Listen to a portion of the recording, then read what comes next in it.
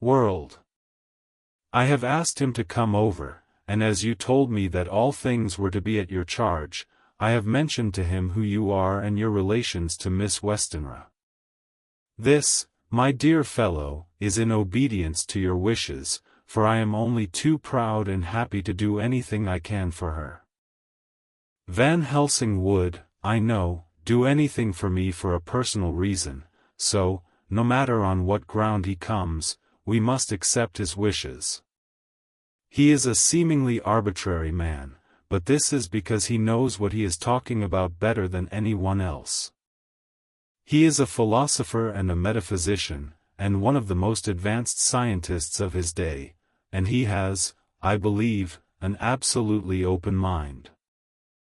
This, with an iron nerve, a temper of the ice-brook, an indomitable resolution, self-command, and toleration exalted from virtues to blessings, and the kindliest and truest heart that beats these form his equipment for the noble work that he is doing for mankind, work both in theory and practice, for his views are as wide as his all-embracing sympathy.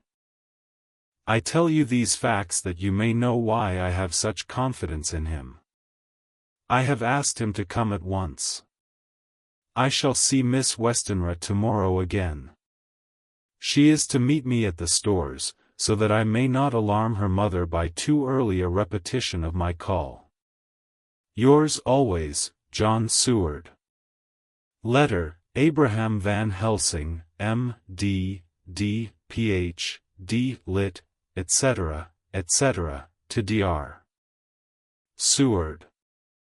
September 2nd. My good friend, when I have received your letter I am already coming to you. By good fortune I can leave just at once, without wrong to any of those who have trusted me. Were fortune other, then it were bad for those who have trusted, for I come to my friend when he call me to aid those he holds dear.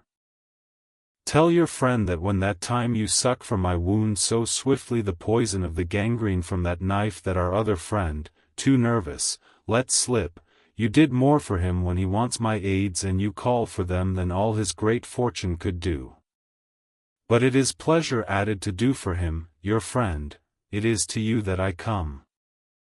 Have then rooms for me at the Great Eastern Hotel, so that I may be near to hand, and please it so arrange that we may see the young lady not too late on tomorrow, for it is likely that I may have to return here that night. But if need be I shall come again in 3 days, and stay longer if it must. Till then goodbye, my friend John. Van Helsing. Letter, Dr. Seward to Hon. Arthur Holmwood. September 3rd. My dear Art, Van Helsing has come and gone. He came on with me to Hillingham, and found that, by Lucy's discretion, her mother was lunching out, so that we were alone with her. Van Helsing made a very careful examination of the patient.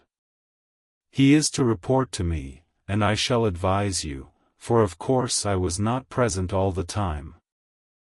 He is, I fear, much concerned, but says he must think.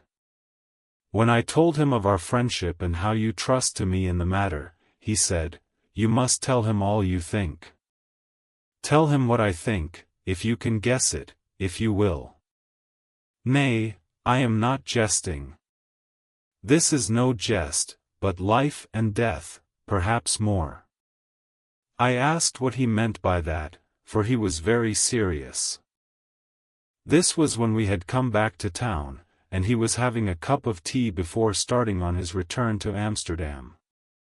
He would not give me any further clue.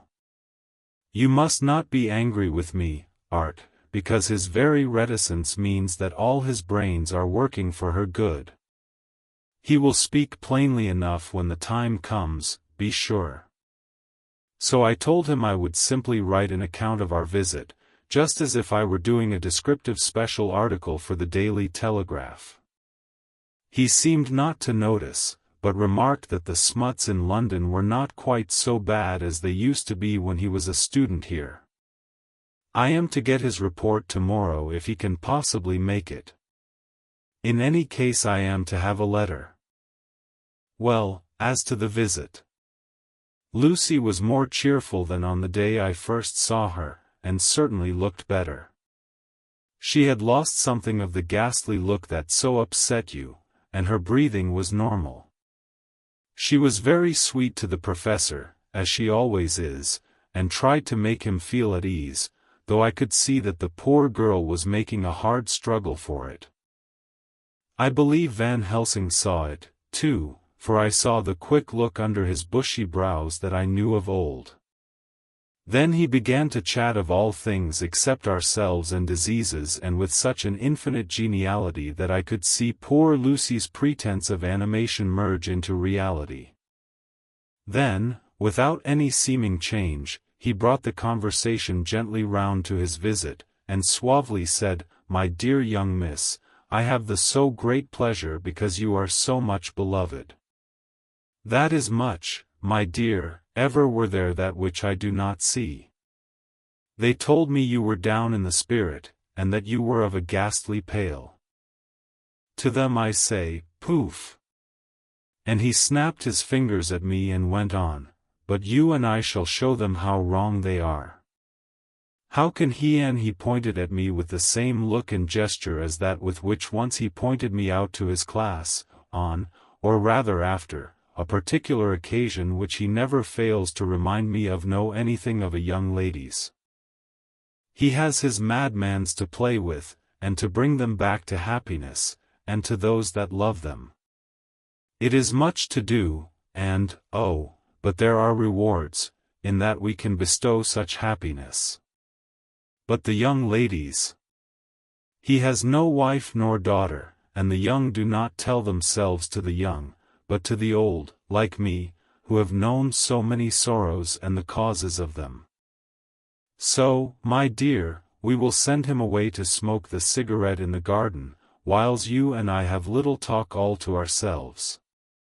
I took the hint, and strolled about, and presently the professor came to the window and called me in. He looked grave, but said, "I have made careful examination, but there is no functional cause. With you I agree that there has been much blood lost, it has been, but is not. But the conditions of her are in no way anemic. I have asked her to send me her maid, that I may ask just one or two questions, that so I may not chance to miss nothing. I know well what she will say. And yet there is cause, there is always cause for everything. I must go back home and think.